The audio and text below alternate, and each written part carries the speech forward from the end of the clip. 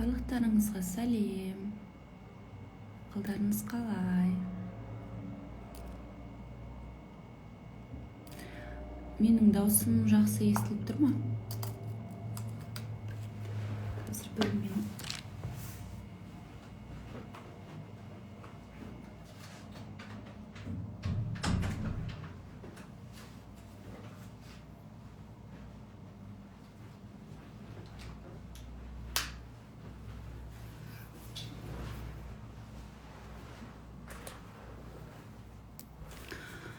Бізде бүгінгі тақырып жаратушымен байланыс болатын болады.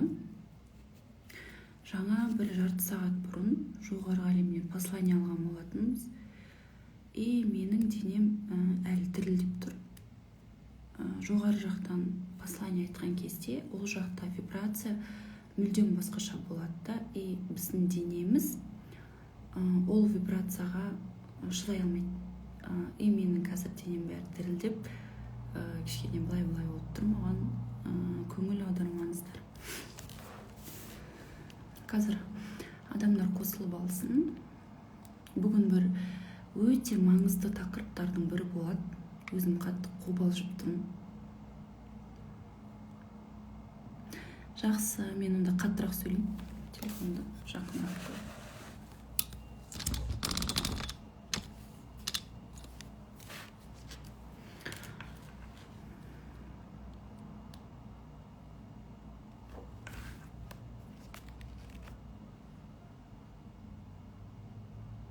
Жылағым келіп жатыр дейді.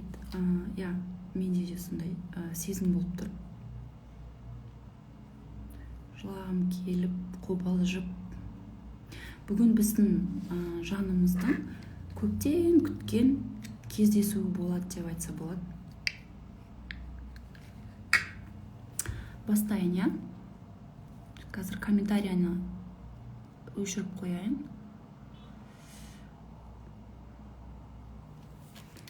Жалпы қазіргі кезде өздеріңіз білетіндей, екі адамның бірінде депрессия, екі адамның бірінде стресс, екі адамның бірі қиналып жүреді. Бұлай қарап тұрсақ, өте сондай тату, берекелі, тыныш елде өмір сүріп жатырмыз да. Бірақ біздің ішкі состояниеміз дәл бір соғыста, дәл бір қиын қыстау кезде өмір сүріп жатқан сияқты. Жанымызда тыныштық жоқ, ойымызда, санамызда тыныштық жоқ. Үнемі бір арпалыс, үнемі бір нәрсенің артынан қуып жүрген сияқты өмір сүреміз. Өзінің өмірінен рахаттанып, айналасына нұр шашып жүрген адамдар өте азақ. Оның себебі не десек, бізде қазіргі кезде Құдаймен байланыс өте нашар. Біз мүмкін дін жолында жүрген адам болуымыз мүмкін, намаз оқып жүрген болуымыз мүмкін. Бірақ шын мәнінде жүректе, жанда Құдаймен байланыс өте нашар. Яғни бізде мына жерде жан болады ғой. Жанымен байланыс болмаған кезде адамда Құдаймен байланыс болмайды. Яғни мына жердегі кеудесі қуыс болған кезде адамда Құдаймен байланыс болмайды. Қуыс кеуде деп айтады ғой, мына жер қуыс болып тұрады. Ол жердегі дыраны адам еш нәрсемен толтыра алмайды.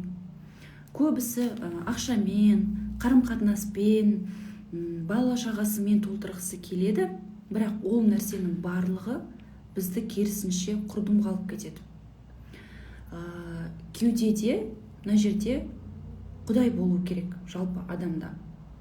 Яғни қуыс кеуде болып қалғанына жеріміз пустой, еш нәрсе оны толтыра алмайды.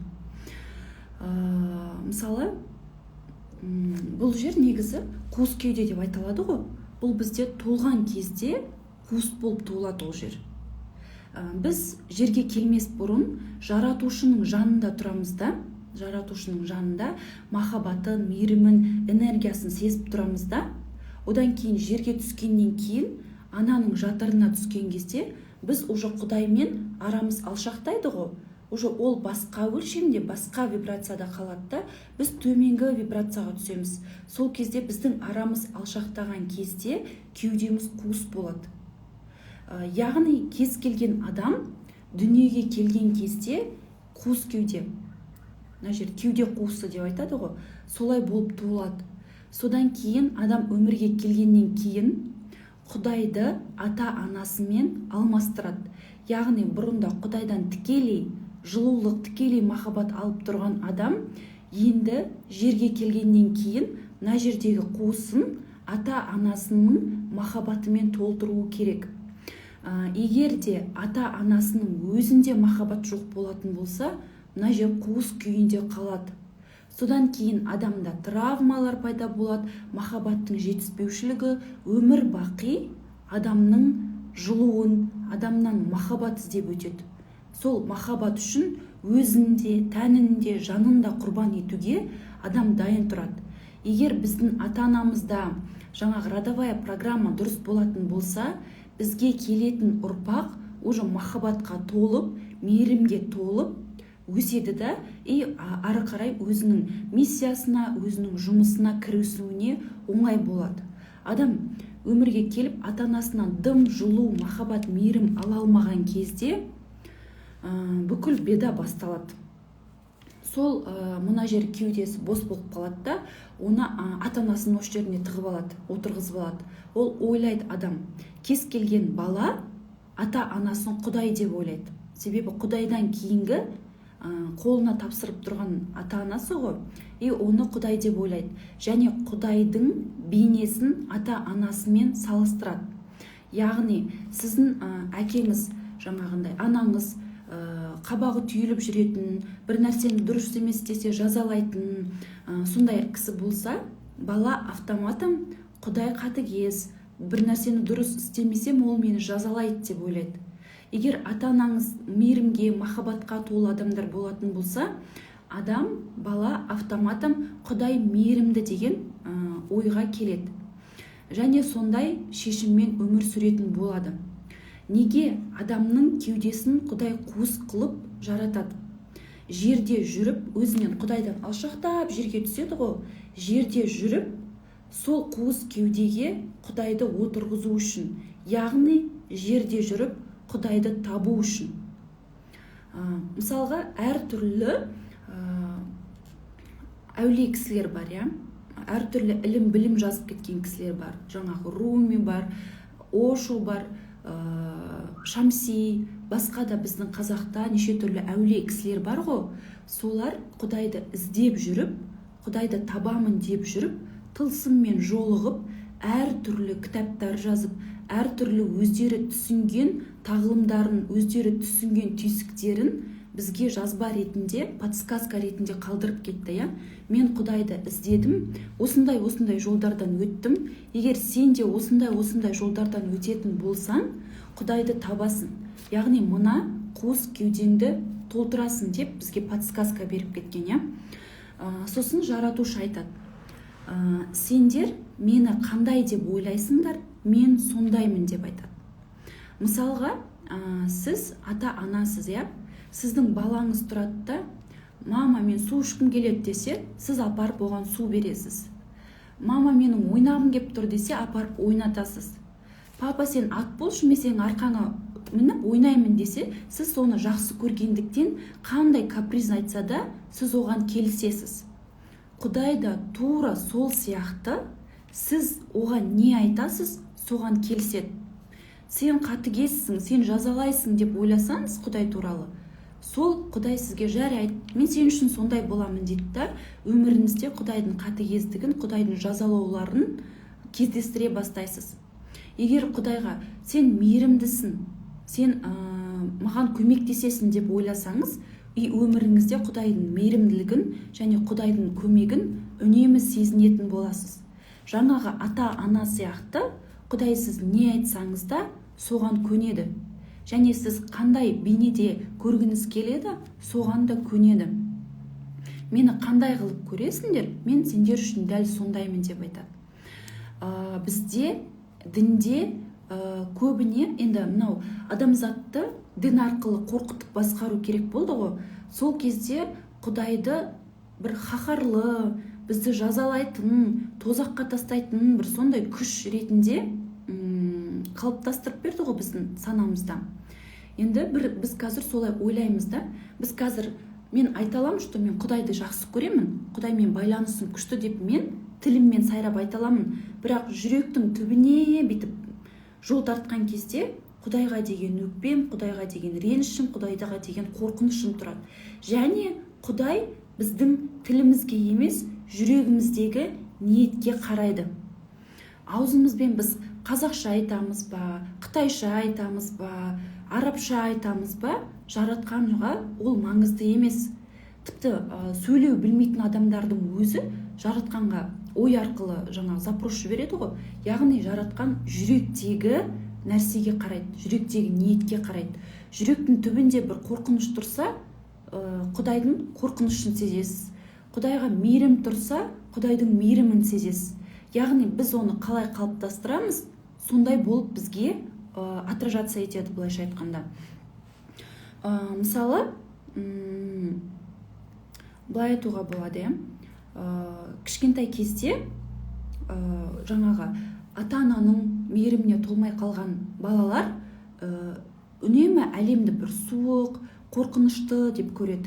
Және ол мына жері пустой болады да, бәрінен жылу іздеп, махаббат іздейді да, Құдайды табамын деп дінге келеді. А дінде бізді қорқытып қойған. Құдай нандай, Құдай қаһарлы, Құдай жазалайды, тозаққа салады деп қорқытып қойған. И сіз соған сенетін болсаңыз, мен тозақтық боламын деп соған сенетін болсаңыз, жаратушы айтады, жақсы, бұл сенің таңдауың деп айтады. Жерде таңдау бар ғой. И сіз сондай өмірді, сондай ветка реальностьтарға автоматом түсіп кетесіз. Сіз саналы деңгейде миыңызбен сіз оны қаламауыңыз мүмкін. Бірақ сіздің мына жердегі ниетіңіз сондай болып тұр. Сіз қазір қандай өмірді сүріп жатырсыз, на самом деле сіз сондай өмірді қалап тұрсыз. Сіз қазір ақшаңыз жоқ, қиналып тұрсыз ба? Бірақ мына жақта санаңыз, мен бай болғым келеді деп тұрма, бірақ сіздің түпкі санаңызды мына жақта жүректің түбін қарасаң, сіз байлықтан қорқасыз, байлық сізге керек емес та на самом деле. Бірақ сана оны айта береді. Яғни сіз қандай өмірді қалайсыз, тура сондай өмірде сүріп жатырсыз. Және нені қалайсыз, соны сізге Құдай береді. Яғни тілмен, сөзбен емес, жүрекпен. Жүрекпен қалаған өміріңізді сүріп жатырсыз деген сөз қазір. Жаңағы айтпақшы, дінде адамдарды солай қорқытып тастайды. Жазалайды, үйтеді, бүйтеді деп қорқытып тастайды. Және шектеу қойып тастайды. Үйтуге болмайды, сөйтуге болмайды дейді. Мысалға, мына жерде су тұр, мен шөлдеп тұрмын да, ана суды ішейін десем, рұқсатсыз алуға болмайды деп мені шектеп тастаған. Бірақ мен қатты шөлдеп тұрмын, бірақ ішуге болмайды. Мен шөлдеп тұрмын, бірақ өз-өзімді қысып тұрмын да. И осылай адам құлшылық жасайды Құдайға. Қатты қорқып тұрып, бірақ құлшылық істеп атады былай. Сен ана бір қорқып отырған адамыңмен сөйлескен кезде денеңнің бәрі дірілдеп, аузыңның бәрі ұйып сөйлей алмай қаласың ғой. Тура сол сияқты құлшылық жасайды. Солай құлшылық жасаған кезде, напряжениемен қорқып, құлшылық жасаған кезде адамның бойында кортизол гормон бар ғой, қорқыныш гормоны бөліне бастайды. И кортизол бөлінген кезде адам уже депрессияға, стресске, ашуға толып тұрады да, и сол ашуланып, дірілдеп отырып Құдайға құлшылық жасайды. Бірақ ана жақта нәпсісі жасама деп атады, ана жақта жоқ, мен жасауым керек, мен Құдайдан қорқамын деп қорыққанынан намаз оқып жатады да. Ондай жасалынған құлшылық қалай ойлайсыздар, қабыл болады ма? Жоқ. Сол себептен діндегі адамдар өте агрессивный болады. Чуть бір нәрсе не так болып қалса, ашуланып, айғайлап сөйтіп шығады. На самом деле дін сабырлыққа үйретеді емес па? Жоқ, ол діндегі адамдардың көбісін байқасаң, ашуланып, үнемі андай агрессиямен, стресспен жүреді да. Неге десе, ол күнделікті құлшылығын қорқып өмір сүріп жүр. Қорқып су ішеді, қорқып жатады, қорқып тұрады. Ондай кезде дене өте қатты напряжениеде болады. Не то, что расслабиться етпек түгілі, бір артық қимыл жасауын контролировать етіп тұрған кезде душаға өмір сүру өте қиын. Яғни душа тәнге, түрмеге отырып қалады. Құдай бізге көз берді, Құдай бізге әдемі табиғатты берді, көріп, наслаждаться етіп, рахаттаныңдар деп берді ғой. А біз оны қорқып, барлық нәрсеге қорқынышпен қарап жүреміз. И сондай кезде Құдайдың бір чут қолыңды кесіп алсаң, болды мені Құдай жазалап жатыр, болды мені бүйтіп жатыр, болды мені Құдай сөйтіп жатыр деген кезде Құдаймен қарым-қатынас тура сондай болады. И ол жерден шығып кету үшін адамға өте көп оқу керек, жүрегін ашу керек, санасын ашу керек. И намаз оқитын адамдарда, дінге жақын адамдарда бірден қандай энергиямен оқитынын білуге болады. Мындай шын ниетпен прям рахаттанып оқитын адамдар жарқырап тұрады. И ол кісілердің үстінен бір иіс шығады. Кәдімгі бір қызық, бір приятный иіс шығады. А қорқып оқитын адамдарда тоже ол білініп тұрады. И бір үйге барсаң, көп адамдар намаз оқиды ғой, сол кезде ана үйге барсаң тып-тыныш болып, рахаттанады. И ол үйден де мен запах чувствую. Ана үйге бір Құдайдың энергиясы түсіп тұр екен ғой деп солай чувствую. А кейбір үйге барсаң, вроде бәрі намаз оқиды, бірақ ана үйге барсаң қорқып осылай бір напряжениемен кіріп, напряжениемен шығасың да, и ол солай чувствуется. И өмірі сондай стресспен, депрессиямен кетеді. Напряжениемен. Жалпы Құдай ол адамды шектемейді. Барлық нәрсені жаратқан Құдай. Алдында да айттым ғой, Құдайдың қалауынсыз бір жапырақ жерге түспейді. Яғни барлық нәрсені жарататын Құдай.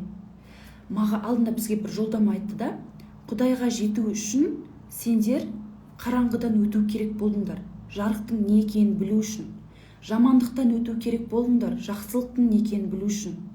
Қарадан өту керек болдыңдар, ақтың не екенін білу үшін деген сияқты бізге послание айтылды. Сонда біздің өткен опыттарымыздың барлығы бізді Құдайға жақындату үшін болып тұр да. Яғни біз Құдайдан бөлшек болып түсіп, қуыс кеудемізді Құдайдың орнына отырғызуымыз үшін. Құдайды іздеп жүріп біз миссиямен айналысамыз. Құдайды іздеп жүріп біз жақсылық жасаймыз. Құдайды іздеп жүріп ғылымдар ашылады. Құдайды іздеп жүріп адам дамиды, эволюциядан өтеді, және біз мына жерде қуыс кеудеміз бос емес болған кезде, жаңағы пустой болып тұрады ғой, ол жерге басқа нәрселерді толтырып аламыз. Мына жер бос болған кезде ол жерге кез келген нәрсе отырып алады. Кез келген сущность, кез келген адам, кез келген мысалы ақша болсын, зат болсын, осы жерге кіргізіп аламыз да. Мына Құдайдың орнын басқа нәрсемен жапқымыз келеді. Мысалға, кейбір адамдар тула салады да, Құдайды ата-анам деп ойлайды ғой, и ата-анасын мына қуыс кеудесіне отырғызып алады. Сосын ата-анасы үшін барлығын істейді. Ата-анасы не айтса соны істейді. Кімді ал дейді, қандай әйел ал дейді, соны алады. Отыр десе отырады, тұр десе тұрады. Неге? Себебі Құдайға қарсы шығуға болмайды. Менің Құдайым ата-анам деп ойлайды. Сосын ата-анасы оған жақсылық жасап жатса өмірі көрмейді. Ата-анасы айтады бессознательно: мен сенің Құдайың емеспін, бұл жақсылықтарды Құдайың үшін жаса деп айтады. Мен сенің жай ғана ата-анаңмын деп айтады. Сосын бала тұрады да: жоқ, сен менің Құдайымсың дейді да, 5 жыл бойы таңнан кешке дейін жұмыс жасап, ата-анасына үй алып береді. Ата-анасы келеді да: мына үйдің что-то бірдеңесі ұнамай тұр, көршілері жаман екен, мына жер мындай екен деп шығады. И анау тұрады да, прям қуантамын деп тұрады да, бірақ өзінің көңілі түсіп, разочарование болып қалады ата-анасының алдында. Уже мына жаны былай бүлк кете қалады. Сосын ата-анасына ренжиді. Бірақ айтайын десе, Құдайға қарсы шығуға болмайды деген ой тұрады. Сосын ата-анасына апарады да, бүкіл тапқан табысына алтынмен аптап, күміспен қаптап қойса, ол тұрады да алтынын біреуге бере салады. Сосын ананың ішінде: мам, неге бердің деген бір ой тұрады. Бірақ айтайын десе, Құдайға қарсы шығуға болмайды.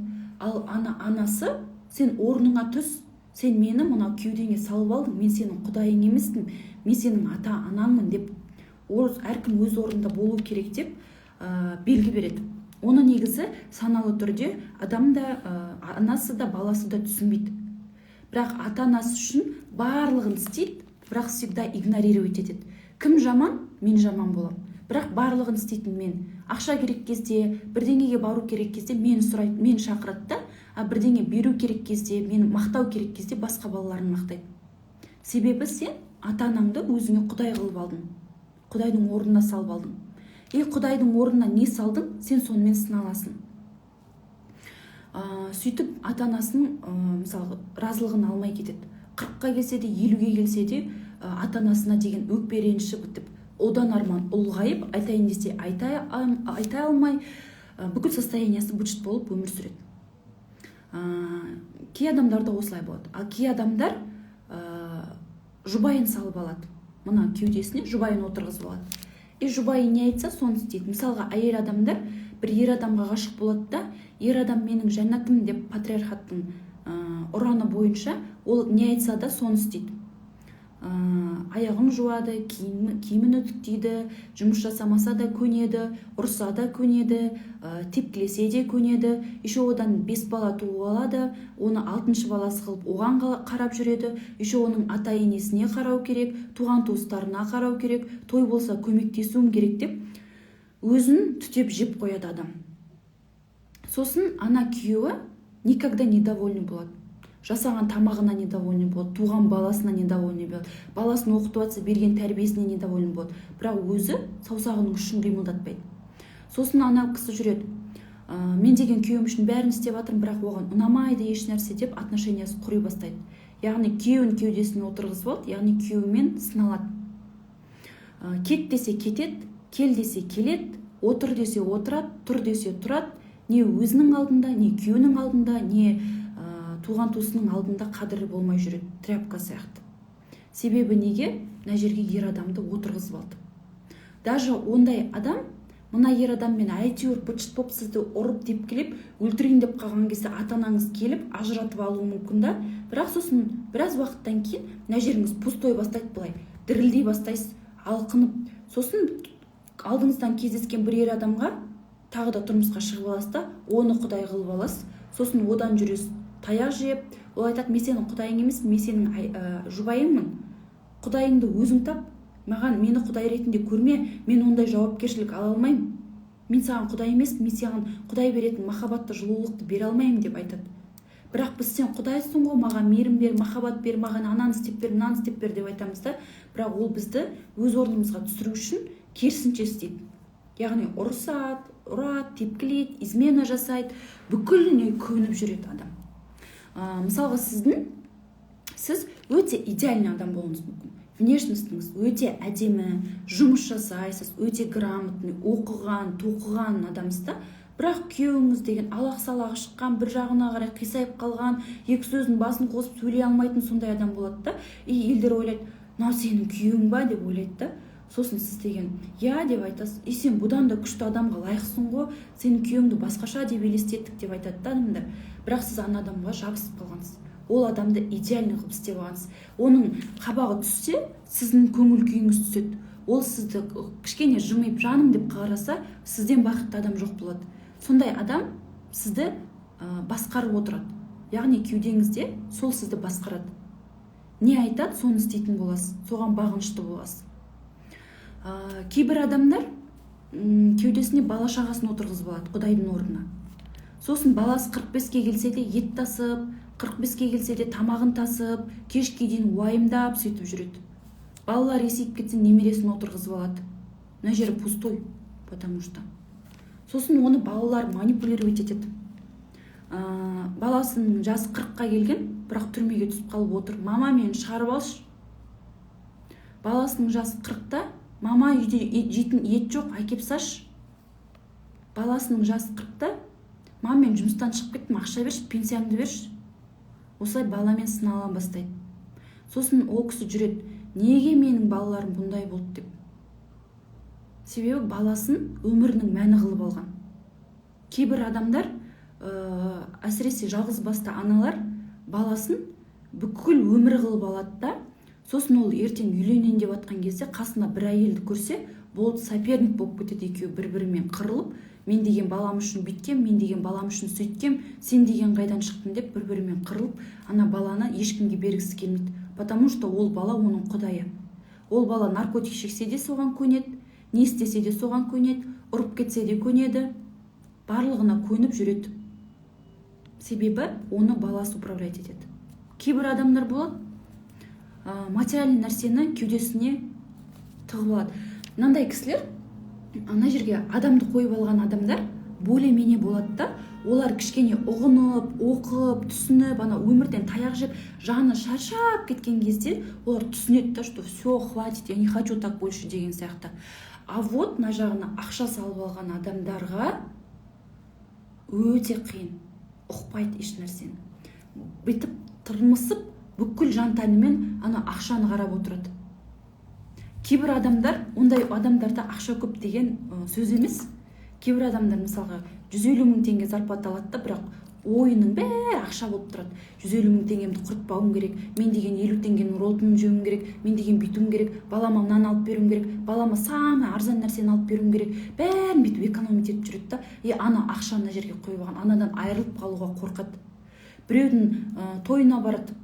Мен мысалы елдер 20 мың теңге беріп жатыр, жарайды, олардың жағдайы жақсы ғой, мен 10 мың теңге берейін, мен жағдайым жоқ қой дейді да, 10 мың теңге апарады да, сосын сол 10 мың теңге бердім ғой мен деп, бүкіл дастарханды сумкасына салып үйіне алып келеді. Потому что ана жақта 10 мың теңге менен шығып кетті ғой деген, Құдайдан айырылып қалдым деген екеуі бірдей болып тұрады дәрежесі. Одан кейін мысалға абысыны тұрады да, абысының баласы үйленіп жатса, оған әйтеуір ана жадностьтан аттап 30 мың теңге береді да, елдің бәрін айтып жүреді. Мен 30 мың теңге бердім, мен анаға 30 мың теңге бердім ғой, прикинь, мен оған 30 мың теңге бердім. Енді қайтарам екен, қайтармайым екен, мен балам үйленген кезде деп жүреді. Сосын ондай адамдар тоже, кейбір адамдар енді проектқа келеді, только ойлағаны сол ақшасы болып тұрады. И мысалға бізде 10 сұрақ қойыңыз десе, ол 30 сұрақ жазып алады. Сосын жобада өткен өмірлерін бір нәрсені айтып жатсаң, мен деген ақша бердім ғой, кімді сұрасам екен, ана абысының баласын сұрайын, неғып үйленбей жүр екен, ана жерде біздегі көмірдің ақшасы қымбаттай ма екен, нені сұрасам екен, ана көршімнің баласы бар еді ғой, сол деген асылып қалып еді ғой, соның жаны көтерілді ме екен, соны сұрайыншы, ана деген жұмыстағы әйел бар еді ғой, соның қолы қақсай береді, не үшін қақсайды екен, соны сұрайыншы деп, мына аяқта проект жүріп жатса, өткен өмірін айтып жатса, анау соны ойлап отырады. 2 сағат бойы соны ойлап отырады да, соңында сұрақ қой деген кезде батырлатып кеп тоқтамай сөйлейді. Сосын жаңа оның жауабы айтылып кетті ғой десең, мен естіген жоқпын дейді. Сосын мен оған ақша бердім ғой дейді да, анау жобада айтылған нәрсенің барлығын жоққа шығарғысы келеді да. Сіздер маған дым айтқан жоқсыздар, осыны айтқандарың дым айтқан жоқсыңдар, ана ақшаны қайтып қайтарып алсам екен, алардың қанын ішіп қайтып қайтарып алсам екен деген ой тұрады. Ондай адам сосын өттім ғой әне жобаларыңнан міндетсіп сөйтіп келеді да, бәленбай мың төлеп, бірақ дым естімеген, дым ұқпаған, Құдай келіп айтып тұрса да ұқпайды, рух келіп айтып тұрса да ұқпайды, тәлімгер келіп айтып тұрса да ұқпайды. Сізге алдында айтылды ғой десе, мен ұмытып қаптым деп сөйтіп айтады да, сосын отырады, мен жобадан өттім ғой, мен қашан өмірім өзгереді, мені корабльге 5-ші өлшемге алып кетем екен деп осылай отырады. Сосын каждый раз чуть бір нәрсе болса, жаза береді. Сосын біз түбінде ананың ақшасын қайтарып береміз, сол кезде ауыз жабылады. Мынандай мына жеріне ақшасы кірген адамға ояну өте қиын. Тоже мысалға миллионерлер келеді, айтып жатқан нәрсеңді ұғып отырады, енді ол более-менее уже кішкене грамотный, оққан адам, бірақ бүкіл запрос сондай болады да. Мысалға рух айтып тұрады да, сен кішкене мына бизнесіңді тоқтата тұр да, дамуға фокус бөлші десе, жоқ, мен ана бизнес жасай берейін ба, ананы сөйте берейін ба, мен анауым өте ма, мынауым өтпей ма деп сөйтіп келеді да. Бір адам өте аз, мен рухыммен біргейінші, рухымның Құдай маған не айтқысы келеткен, тәлімгерім маған не айтқысы келеткен деп келетін адам өте аз. Сосын сен мына жеріңде нені салып алдың, проекттан кейін сонымен сыналасың. Құдай саған бет келіп тұрады, космический есім беріледі ғой бізде проектта. Космический есім бірінші содан басталады біздің проект. Бірден космический есімді айтады. Космический есім айтылған кезде уже сіз рухпен байланысасыз. И сізді рухыңыз оянғанша осылай сілкілейді. Мына жеріңе неғып нан тығып алғансың, шумуткеді, 100 мың теңгеге алған кофтаңды неғып тығып алғансың, мынау менің орным ғой деп айтады да Құдай. Алып тасташы мынаны деп, ананы бүйтіп алған кезде 100 мың теңгенің курткасы үшін айғайлап, бақырып, жылап, жерді тепкілеп адам қиналады. Или мынандай отношение, бот душаны тығып алады мына жеріне. Сенің адамың, ол сенің космический жұбың емес, ол просто бот душа, саған ол бір нәрсе үйреткісі келіп тұр. Алып тасташы мынаны, мына жерде мен отыруым керек қой деп Құдай бүйтіп келсе, ана бот душаның артынан жабысып, аяғына тряпка болады. Или мына жерге ақша салып алады да, сен и так рухани дамыған кезде мен саған беремін ғой, пока маған қараш, мен саған келіп тұрмын, сен де маған келші, маған қадам басшы деген кезде жоқ дейді, ана бизнестің ойлап, күні түні соны ойлап жүреді адам. Бізде 2012-ден осы 2025 жылға дейін 7 есік бар. Переходтан өтетін 7 есік бар. 7-ші есік 2012-ден 25-ке дейін ашық тұрды. Адамдар саналы түрде оқып, ізденіп, Құдайын тапсын, тауып, қиналмай, оңай өтсін деп 7-ші есік ашық тұрды. Сол кезде әртүрлі ғалымдардың жазған деректері, мысалы олар бір білімді алу үшін қаншама қиналған, аяқтарынан тозып, транспорт жоқ, елді шаһарларды аралап жүріп, білім іздеп жазып кеткен кітаптары бар да, соны бізге интернетке бүйтіп ашып қойды да, бүкілін оқыда, дамыда келмаған деді да Құдай. Бірақ біз ол кезде маған ақша керек, маған той жасауым керек, мен анаумен жарысуым керек, мен деген бүйтуім керек, сөйтуім керек деп жүрдік та, көңіл бөлген жоқпыз. Енді мына 6-шы есік жабылайын деп жатыр. 7-ші есік. Яғни 7 есік бар дедім, 7-ші есік жабылады, уже уақыт берді рухани дамуға, түсінуге, ұғынуға, бүкіл ғалам кітапханасын ашып қойды да, оқыда дами бер деп. Ол оқып дамудың орнына адамдар, ой, мыналар адасқан, бірдеңе, сірдеңе деп өзінің осы тән, үшінші өлшем тән деңгейіндегі өмірден алыстай алмады көп адамдар, я. Енді мынау 7-ші есік қазір жабылғалы тұр. Үлгеріп өткендер үлгеріп өтеді, үлгермегендер уже 6-шы есіктен кіреді. 6-шы есікте бұрында бізді қалай қорқытып ұйықтатты, қалай дін арқылы болсын, мемлекет қалай бізді қорқытып ұйықтатты, матрица, тура солай қорқытып оятатын болады. Катаклизмдар арқылы, жоқшылық арқылы, тамағын тартып алатын. Тамаққа байланып отырған адамның күні түні ертең не жеймін, ертең арғы күні не жеймін деп мына күнге доверять етпей, Құдайға сенбей отырған кезде тамағын тартып алады. Экономикалық кризис болуы мүмкін, катаклизмдар болуы мүмкін. Адам қорыққанынан или оянады, или өледі. Ары қарай есіктер еще сложнее бола бастайды.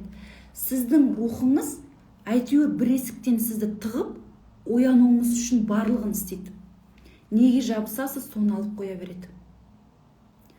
Сіз оянғанша сілкілей береді. Сіздің түсінбей жатқан нәрсеңізді бірінші ақырын тәлімгерлер келіп түсіндіреді, потом адам арқылы келіп түсіндіреді, потом ситуация арқылы келіп түсіндіреді. Оны түсінбеген кезде машинаға қағып кетеді да, аяғыңды сындырып 2 ай больницаға жатқызып қояды. Оны түсінбеген кезде түрмеге түсіреді. Оны түсінбеген кезде уже өлім мен өмірдің ортасында қаласында сені ана жаққа алып кетеді да, есің жиясың ба, жемейсің ба, оянасың ба, оянбайсың ба дейді да. Уже біз қаншама эволюциядан өтіп келдік осы үшін, мына уақытты пайдалан дейді да, қинайды. Адам өліп тіріледі, содан кейін барып оянады. Әркімнің өзінің уақыты болады. Біз жанымыз үшін қазір өте маңызды сәт, Құдаймен қауышу. Құдай наконец-то біздің мына жерімізге келіп, қуысты толтырғысы келіп тұр. Бірақ біз сол қуыстың ішіне баламызды, ата-анамызды, ақшамызды, машинамызды, бір адамдарды тығып алғанбызда, мына Құдай қазір тазалап жатыр, былай алып тастап жатыр, жалғыз қалдырып, адамдармен барлығымен связдарды үзіп, жалғыз қалдырып, солай адамды кім екенін есіне түсіргізіп жатыр да, былайша айтқанда. Қазір мен айтып жатқан нәрсе қорқынышты болып естілуі мүмкін тән ретінде қарасаң, бірақ жан ретінде қарасаң өте керемет нәрсе. Біз қазір бәленбай миллион жылда бір-ақ рет болатын переходты бастан өткеріп жатырық. Құдайдың өзі құшағын ашып тұр, қайта келіңдер маған деп. Болды, қараңғыдан да, түнектен де, жарықтан да барлығынан өттіңдер, өтетін жолдан өттіңдер. Енді сендер есейдіңдер, пайғамбар іспеттес болуға сендер дайынсыңдар. Тек ана артта сендер тұстап тұрған өмірлеріңді үзіп, реттеп, ДНК-ңды реттеп, РНК-ңды реттеп, жасушаларыңды реттеп, санаңды реттеп, гормондарыңды реттеп, адам болып тәніңді басқара алатындай дәрежеге жетіп келе қоймаған деп тұр да. Бірақ біз анау артқа қарай қайта кетіп жатырмық. Қалай той жасаймын, қалай бүйтем, қалай сөйтем деген сияқты нәрселерге кетіп жатырмық та. Жалпы осылай. Қуыс кеуде болған кезде ол жерге любой нәрсе келіп, любой нәрсе отыра береді. Біз Құдаймен байланысымыз жақсы деп ойлауымыз мүмкін осы санамызда. Бірақ біз бұрында білмедік қой тағдырды өзіміз жазып келетінімізді. Сол кезде тағдырға Құдайды кінәлаған кезде Құдаймен байланысымыз үзіліп қалады. Мысалға, мен где-то осыдан 17 жасымда ма, мен өмірімде өте бір қиын жағдай болды да. Мен Құдайдан соны сұрайтынмын. Құдай, менің өмірімде осы болмасыншы, пожалуйста деп. Мен Құдайға деген қарым-қатынасым кішкентай кезімнен жақсы болатын. Бірақ сол ситуация болған кезде мен қатты ашуландым Құдайға. Мен сенен бір-ақ нәрсе сұрадым ғой, Құдайым. Осы нәрсе болмасыншы деп сұрадым ғой деп, қатты ашуланып жылаған болатын, өкпелеп. Әлі помню, далада жаңбыр құйып тұр, түн, үстімнің бәрі су, көшеде мен солай жылап отырған болатын. Сол кезде менде уже Құдаймен байланыс үзіліп қалады. Уже мен сол ситуациядан кейін не болса да маған бәрібір бола бастады. Кейін мен психологиямен оқып, әртүрлі ғылым білімдерді оқып, астрология, нумерология, кармология деген нәрселерді оқып, оны ретке келтіріп алдым. Одан кейін бізде проект басталды. Проект бұл Құдайдың жобасы. Бұл бізге оны ешкім оқытқан жоқ, ешкім үйреткен жоқ. Ойламаған жерден бір күнде пайда болған жоба. Жан-жақтан, мені мына жақтан, жантен мына жақтан, қыздарда біреуін Тараздан, біреуін бір жақтан алып кетті бір күнде. И жоба басталып кеткен болатын. Біз әрқайсымыз өзіміздің бизнесіміз бар, өз өмірімізбен жүрген адамды жұлып алып келді, осы жобаға салып қойған болатын. И бізде кететін жолда болған жоқ, осылай проект пайда болған болатын. И проект дамый берді. И кейін бір моментте мен мүлдем жоба жасағым келмей кетті. Уже адам келмей қойса екен деп тілейтін болдым. Жатып алдым да, ертең адам келмей қойса екен, пожалуйста, ертең адам келмей қойса екен деп. И сондай кезде адам келіп тұрады. И мен жылағым келіп, жасағым келмей жобаға келетін. Сосын бұл кез жасай, адамға не көрсетіп тұр, без эмоций соны айтып беремін. Болды. И адам көзін жұмып жатқан кезде мені ешкім көрмесін, мені ешкім просто жұмып жатқан кезде кірем, сөздерімді айтам да, адам көзін ашпай жатып шығып кетем. Ешкімге көрінгім келген жоқ, сондай болды да менде. И мен состоянием түсе бастады. Не үшін менде бұндай бола бастады деп қарасам, мен былай көріп тұрмын да, мына жақта Құдай тұр да, енді проектта Құдаймен қосамыз ғой, рухымен. И мына жерде Құдайды мен жап-жарық, жарқырап тұрған арыстан құсап көріп тұрмын да, и арыстан аузын ашып тұр. И мен адамдарды алып келіп, мына арыстанның аузында тығып атқанымды көрдім. Проекті мен солай қабылдап тұрмын, потому что менің ДНК-мда прошлый өмірден сондай информация бар. И маған өте қиын болды ол, типа мен Құдай арыстан, мен адамдарды аузына тығып атырмын, Құдай жұтып қойып атыр деген сияқты, типа мен адамдарды өлтіріп атырмын деген сияқты менде сезім болды да, и мен сол үшін менің состоянием быт-шыт бола бастады. Сосын мен оны қарап отырдым, не үшін деп қарасам, өзімнің баламын, ойымда дым жоқ, 12 жасар бала, анам ғана бар. Мына уже мен прошлый өмірімді көріп жатырмын, анам ғана бар, бірақ анам өте қатты сырқат, су іше алмайды, мен аузына былай су құйып жатырмын да, бірақ көңіл күйім керемет, өзімді жақсы сезініп тұрмын да, и мен Құдайға сеніп тұрмын, что менің анам аман қалады, потому что мен күнде Құдайдан дұға тілеп жүрмін. Және Құдай мені естиді деген менде 100% уверенность болған. И анам жақсы болады деген сеніммен жүргем, ешқандай уайым қайғым жоқ. Бір күні анам оянбайды. Тамағын берейін десем оянбайды. И мен сол кезде анамның өліп қалғанын түсінемін да, қатты жылаймын. И сол кезде айтам Құдайға, мен сенен бір нәрсені сұрадым ғой, неге сен мені естімейсің? Демек сен жоқсың. Сен жоқсың болды. Мен үшін Құдай жоқ деген шешімге келем. Бар болатын болса, сен білесің, менің анамнан басқа ешкімнің жоқ екенін. Және мен саған күнде жалынып жүрмін. Мен сен үшін садақа беріп жүрмін. саған сеніп жүрмін, бірақ сен менің сезімімді, үмітімді, сенімімді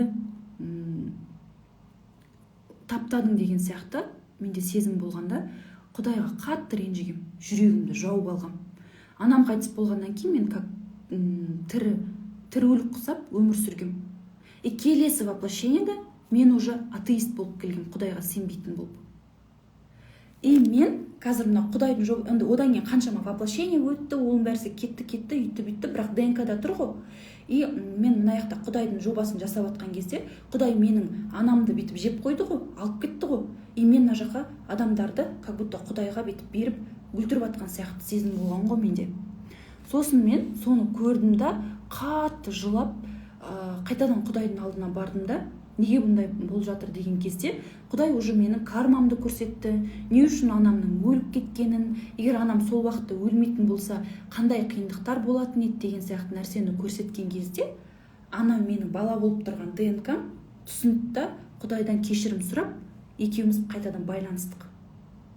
Уже менің ДНК-мда Құдай жоқ деген, Құдай қаһарлы деген, Құдай жазалаушы деген ақпарат өшті.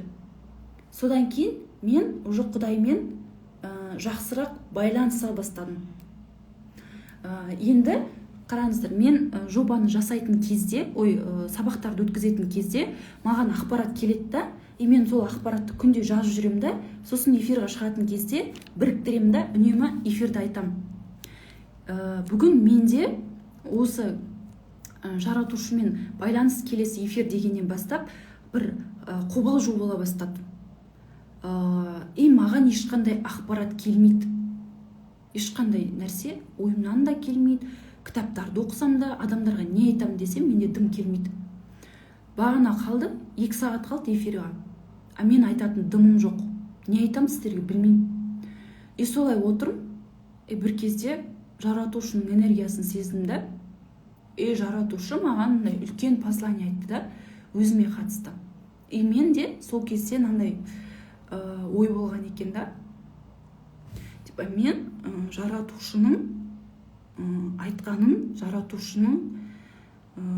жаратушы туралы айтуға лайықсызбын деген менде бір ой болған екен. Сол ойдан мен ешқандай ақпарат ала алмай қалғам. Потому что менің мына жерімде мен оған лайықсызбын.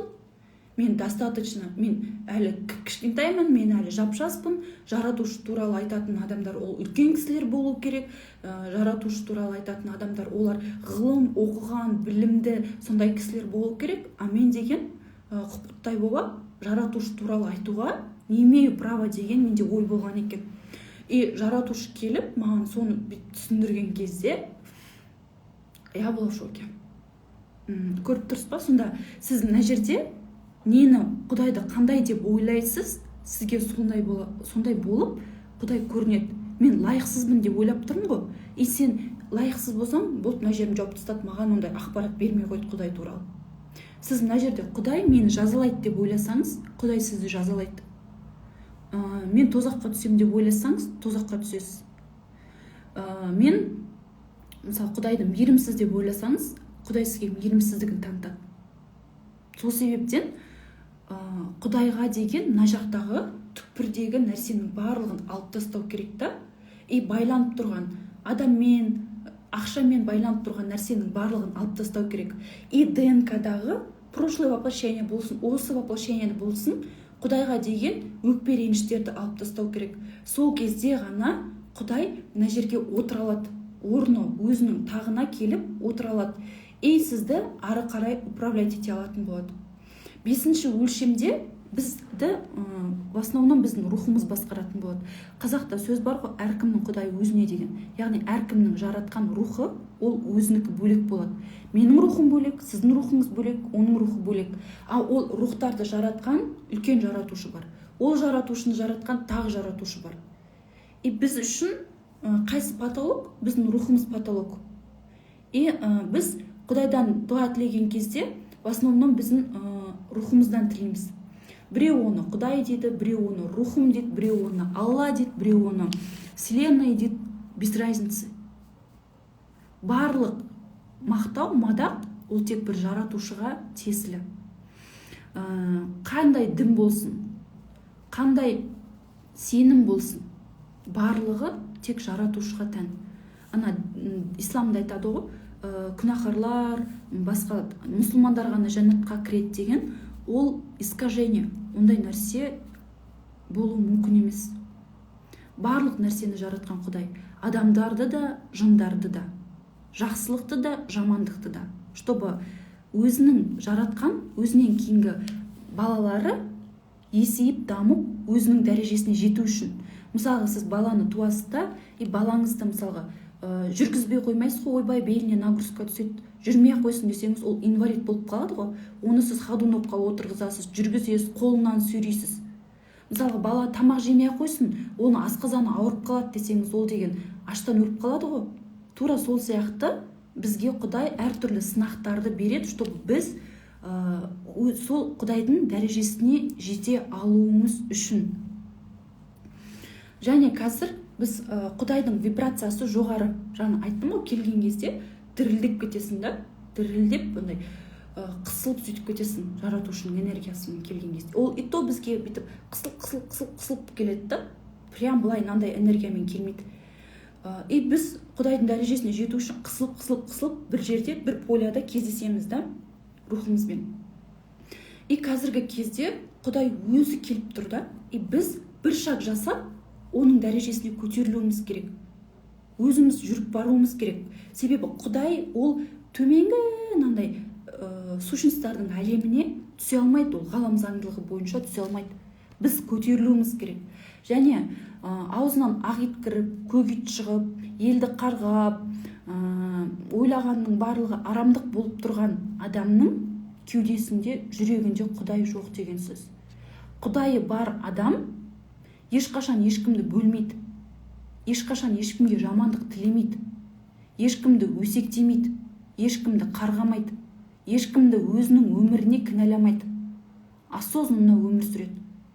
Құдай жоқ болған кезде ғана мына жерге сущность отырады да, білгенін істеткізеді адамға. Өсек айтқызады, өтірік айтқызады, лағнет айтқызады, ішкізеді, көшеде кетіп бара жатқан қыздар туралы жаман ойды салады, арамдықты салады, былайша айтқанда. Егер мына жерде Құдай болса, ондай арамдықтар жүретін матрицамен сіз шығып кетесіз басқа матрицаға. Жақсылықтар жүретін матрицада жүресіз. И қазір Құдайдың өзі келіп тұр да, просто беріл деп, қарсыласпа, беріл. Анау крайонда жеті періштені білесіздер ма? Сол жеті періштенің даму деңгейі бойынша біз қазір переход жасап келе жатырмыз. Мынау проекттан өткен кезде сіз жетінші есікке келесіз. Жетінші есікке. И ары қарай кетесіз. Сіз жетінші есікке келу үшін сіз жаңағы бірінші есіктен алтыншы есікке дейін өтуіңіз керек. Бүйтеді ғой жаңа. Оның чемоданы болады ғой. Ол сол жерде кейіпкер өз чемоданын алып алады. Ішінде несі бар, жаңағы библиясы бар, ата-анасының суреттері бар, менің естеліктерім деп оны алып алады да жолға шығады. И жолда дауыл тұрады да, ананың чемоданын тастамайынша шайқай береді. Қатты дауыл соғып, анау өлейін деп қалған кезде чемоданын жібереді. И қазір бізге де солай айтып тұр да, ауыр естеліктеріңді, өкпе-реніштеріңді, мынау сенің жабысып тұрған нәрселеріңді сүйреп сен жаңа дәуірге өте алмайсың, пожалуйста, босатшы деп айтып тұр да. Ол жерде де періште екі рет ескерту береді. Екінші үйден шығып, үшінші үйге кетіп бара жатқан кезде айтады, сен мына чемодандарыңды тастап кетсенші дейді. Кейіпкер тұрады да, жоқ, ол маған керек деп алып кетеді. Сосын дауыл басталған кезде айтады, чемоданыңды таста деп айтады. Бірақ ол оған жабысып тұрады да. Соңында өлейін деп не өзі, не чемоданын таңдау керек болған кезде ғана босатады. Яғни бізге пространство солай белгі береді. Мынаны таста, бұл саған керек емес, уже өтіп кетті бұл нәрсе, тойдың сен опытынан деп. Жоқ, біз до конца жабысып аламыз да, өлетін кезімізде ғана босатамыз. Бірақ сосын ситуациямен беріліп жатса, жаңағындай дауыл тұрып жатса, мен жобадан өткем сол күнәлі, мен ана психологтан өткем сол күнәлі, ата-анам маған бүйтпеген сол күнәлі, балалар бүйтпеген сол күнәлі, айналамызды кінәлап шығамыз. Бірақ өзіміздің жабысып тұрғанымызды білмейміз.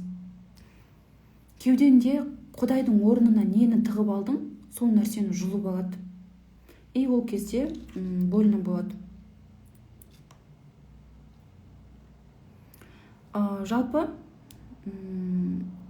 адамда мына жерде Құдай болған кезде адам дамыған сайын, санасы ашылған сайын адам иілгіш келеді, адам көнгіш келеді.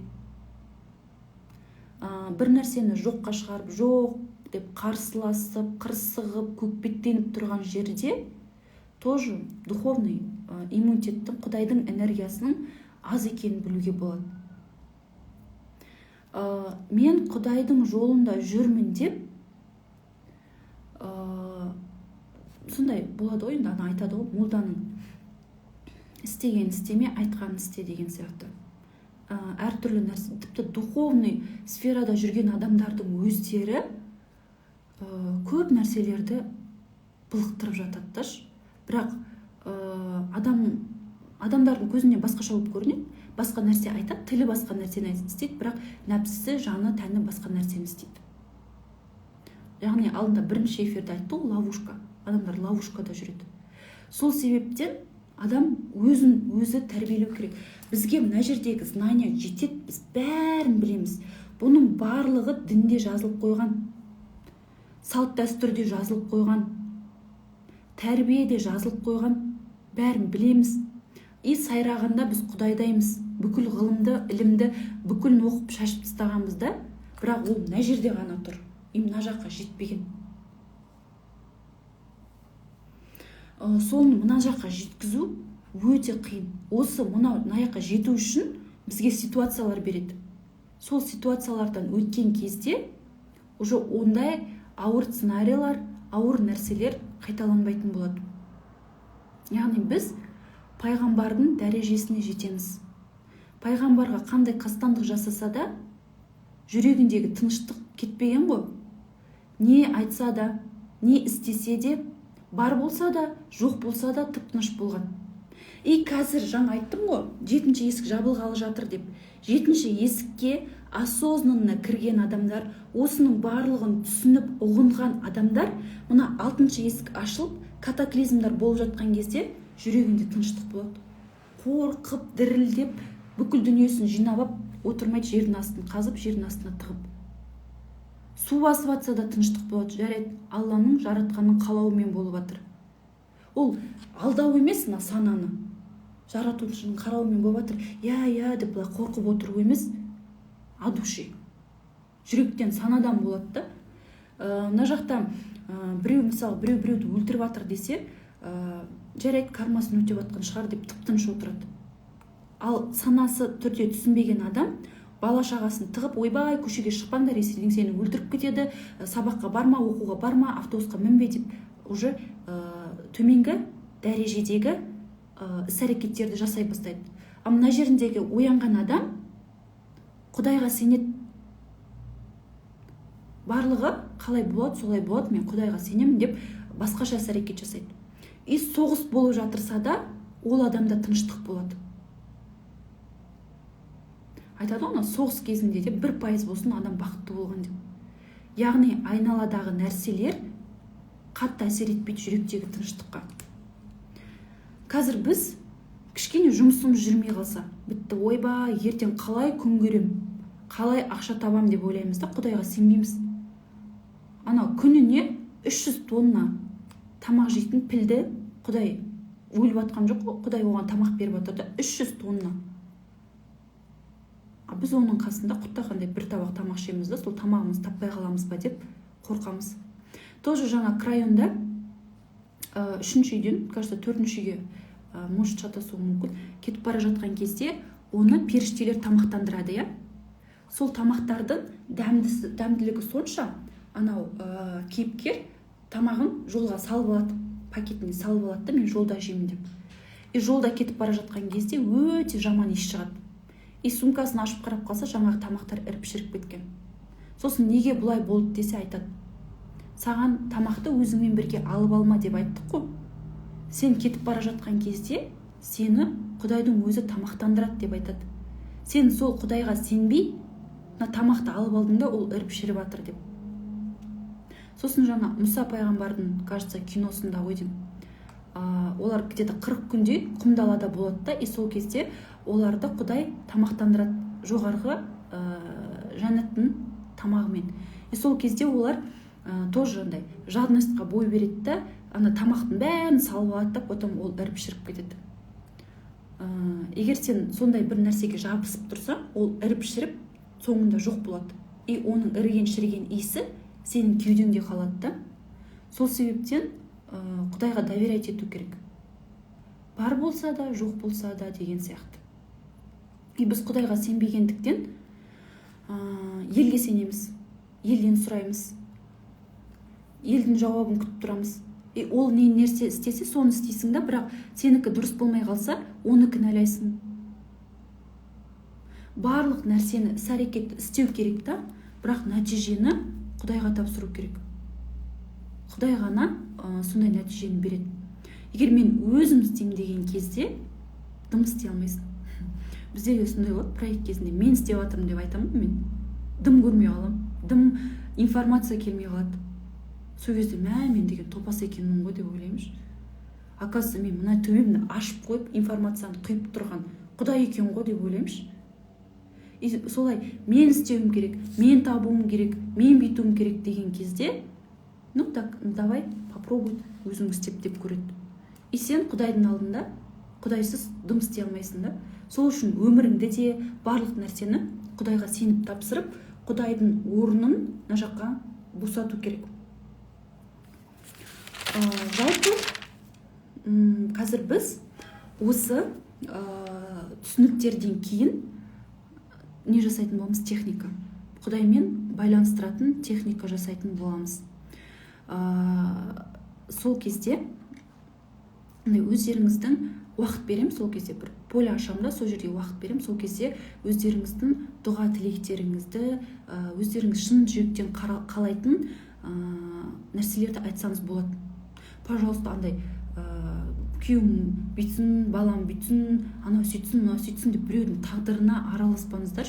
Тек өздеріңізге, жаныңызға не керек, соны сұраңызшы. Біреудің балам неғып үйленбей жүр, балам деген үйленсе екен, маған ұнайтын әйел алып келсе екен деп емес, біреудің тағдырына, біреудің жазып қойған сценарийына араласпай, өзіңізге не керек, сол нәрсені сұраңыз. Қазір сіз және Құдай. Поле ашам, сіз және Құдай ғана тұрады. И осы жерде сіздің бүкіл сезіміңіз шығу керек. Құдайға, менде 1 минут қалды. Құдайға ренжісіңіз болса да, өкпеңіз болса да, сол жерде айту керексіз. Масканы бәрін шешіп тастаңыз. Мен жақсы көрем, Құдайды жақсы көрем, бірдеңе дегенді шешіп тастаңыз. Может, сізде обида бар шығар, мына жақта қайдан білесіз. Просто без маски барыңыздар қазір, жақсы ма? Мен қазір мына эфирді сақтаймын да, қайтадан кірем. Сол жерде техника жасайтын боламыз. Удобный жерге жайғасып жатып алыңыздар, ешкім кедергі келтірмейтіндей.